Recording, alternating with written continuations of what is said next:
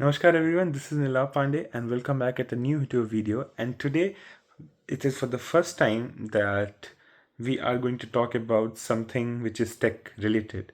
I mean, it was about time because I always wanted to talk something in tech, and this is a pretty big news to ignore. So the news is that Apple has finally decided that they will be using Google's Gemini as their base model for Apple Intelligence or Siri. Now, why this is interesting is that because this doesn't involve only two parties, Apple or Google. This also involves a third party, which is OpenAI. And this deal is not about getting one more revenue source for Google or Gemini. I mean, they already have so much money. This deal is more about narrative. It is something which is at the core. We have seen that in the past year, Gemini is catching up, even though OpenAI still sits, ChatGPT still sits at 6 billion visits, and Google is trying to catch up with around 2 billion, but the graph is converging right now, and we are seeing that happening in real time. And this deal pushes that narrative more forward. This deal says, because initially we all know that OpenAI was selected as the base model for Apple Intelligence. But right now, I mean yesterday basically, they decided, okay, over the course of next 5 years, we're gonna use Gemini as a base model. Now, very important thing to understand that is Google wouldn't even care about revenue. They would still be doing this deal even for free because they get a narrative that it was always that okay, Google is always ahead in everything, but AI they are lagging behind. OpenAI is catching up. There's other AI models, but this deal says that Google is there to survive. Google is there to remain because even now as well, Gemini is catching up. They were kinda underdogs. I mean, it is a legacy company, but they are coming back. This deal wouldn't mean anything for Google more than just a narrative. I mean, of course, they'll be adding one more revenue source, but this would mean a lot for OpenAI. Also, in terms of OpenAI revenue as well. OpenAI is a AI specific company. It's not like Google. They also own search engines. They have different AdSense, YouTube. They have so many different kinds of revenue streams. But OpenAI, AI is the only thing that they have. And we also saw Elon Musk's tweet on Google's tweet, which said that Google is basically consolidating power. This is not good because they already own Android and Chrome, which is good, which is right actually. It's not good, it's right. He's not saying, I mean, like, he's right, but the power is already consolidated. That's what I think.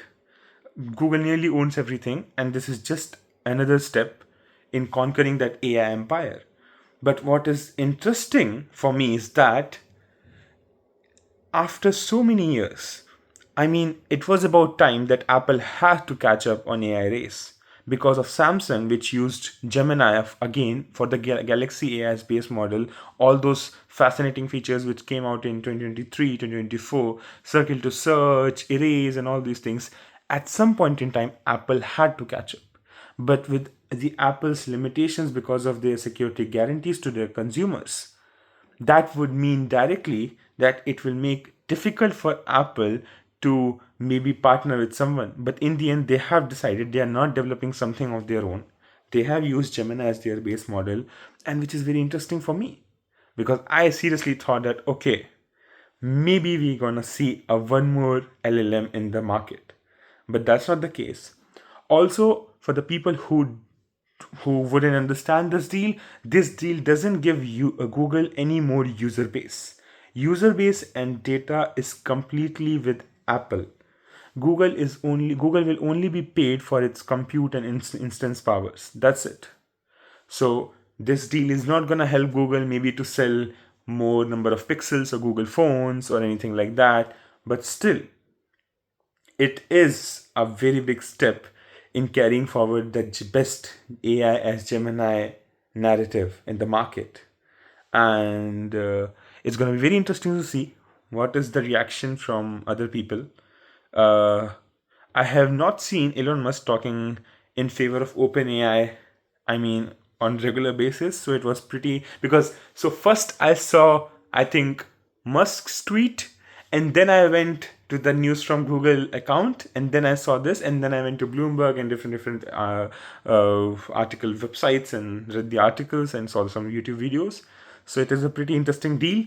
I would love to see what it brings for the next generation of iPhones.